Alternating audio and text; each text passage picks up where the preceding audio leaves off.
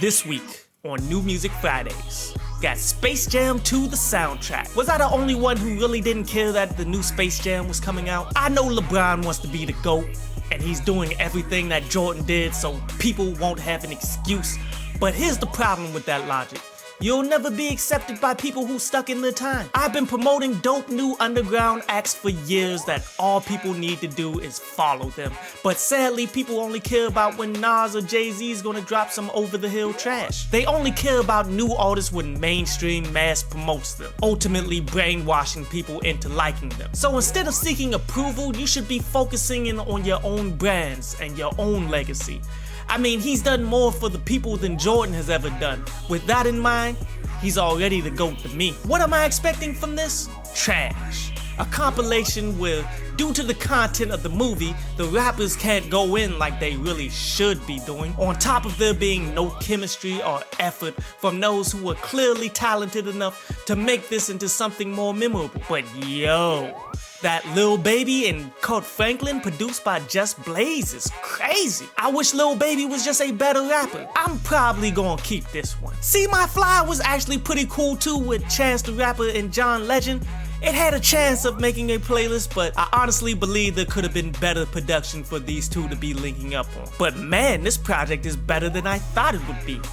And I spoke too soon. So Wheaties with Salt and Pepper and Cash Doll.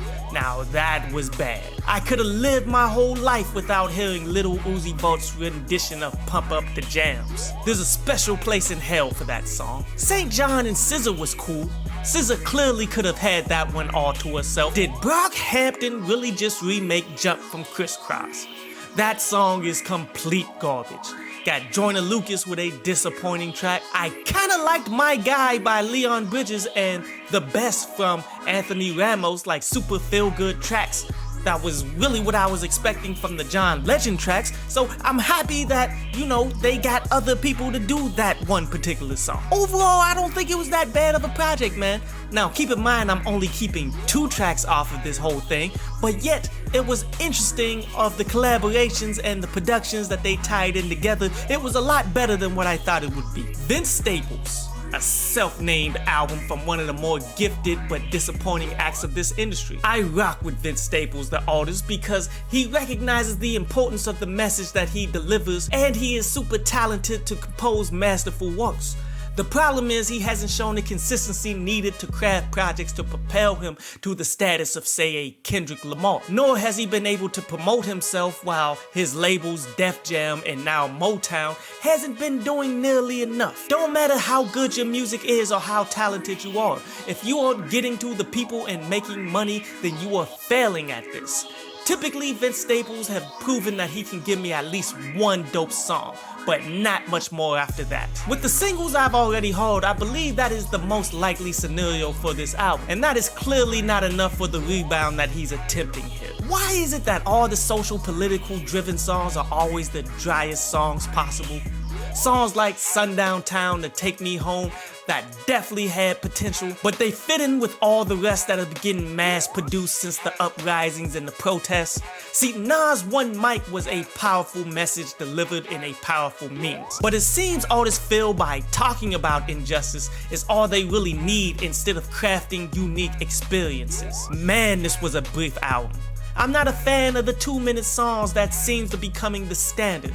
I guess this is catering to the declining attention span of people, but this leaves a lot of meat on the bone for concepts that would need 3 verses. This works for trash rappers who can't make songs, but not someone like Vince Staples who is truly talented. There were a couple songs on this that stood out like MHM and Sundown Town, but I'm not overly impressed. Vince Staples can do better. Boss featuring J. Cole and Lil TJ, the Jackie. Say what you will, but J. Cole has been promoting his artists more than I've seen anyone in the music industry besides Gucci Mane. The effort that he put in on Revenge of the Dreamers 3 was unprecedented, and for that, it went platinum. I mean, Jay-Z only did one Dynasty album, and that felt scraped together with no effort.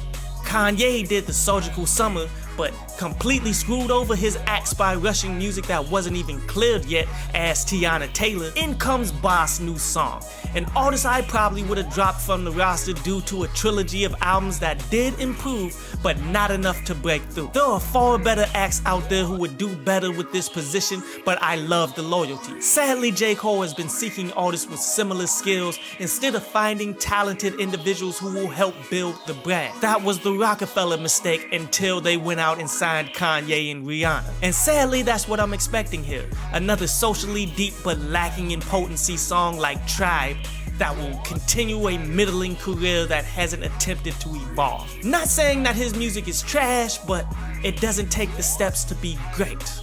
Yet somehow people always wonder why. Hopefully I will be wrong here though. That production is definitely giving me the Tribe vibes. But this time you have Little TJ, who is like the next A Boogie with the hoodie, composing a thoroughly uninteresting song in the best possible way that Boz can do. I do see that he's experimenting to be more like the new age rappers who can't sing a lick. And that's good in terms of evolution, but bad in terms of you aren't being a pioneer crafting the next style. Instead, you're just getting on a wave that is long overdue to dissipate. I was pretty much right about everything but the concept, which is basically just getting at women. This is Boss's idea of a summer radio track that falls short in every category. I doubt Interscope is actually going to push this as much as it needs to be in order for it to become popular. That comes with having 3 albums that never made waves. The promotional dollars just aren't there because they see that you've peaked. Until you fully shapeshift and build more notoriety, get used to this. Post Malone, Motley Crue. White privileged Malone returns with a new offering for people to overhype. The guy that sounds like he's singing into a metal fan for a living is dropping the first track since that garbage Pokemon song and that DJ Khaled album joint, if you really want to count that. Am I saying that he's a bad singer?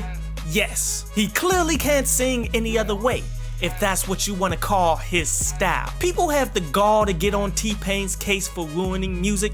Usher, then you should be getting on Post Malone too. I wonder why y'all don't. What Post Malone has going for him is he got a major record label backing every move that he makes. And to be real, his albums haven't been garbage. The right producers can make wonders happen with scraps of talent. I can see how his songs could become catchy to people. It only takes 1 million radio spins that they've paid for to convince people. But what am I expecting here? More of the same, but paying homage to a rock band? Since Post Malone respects rock more than the industry that put him on. As a culture, we need to stop being used by these culture vultures. But now this was actually pretty good, as he's going away from his trademark singing, for the most part, and went on more of the Young Thug route. Not as complex or versatile, but a dumbed down slime actually could help Young Thug's concepts be executed better. There's no actual concept here, as Post Malone is attempting to be lyrical and failing at it, saying baby pick it, Brady, or how he's covered in ice like Siberia. Those are the only bars on the track that seem to be more geared towards rap than any other genre that he's known for feeding off of. The title Motley Crue is just referring to the team that he's bragging about in the hook. But it is still a homage thing because Post Malone has done covers of this band before. It was well done, but not one that I'm going to add to the playlist.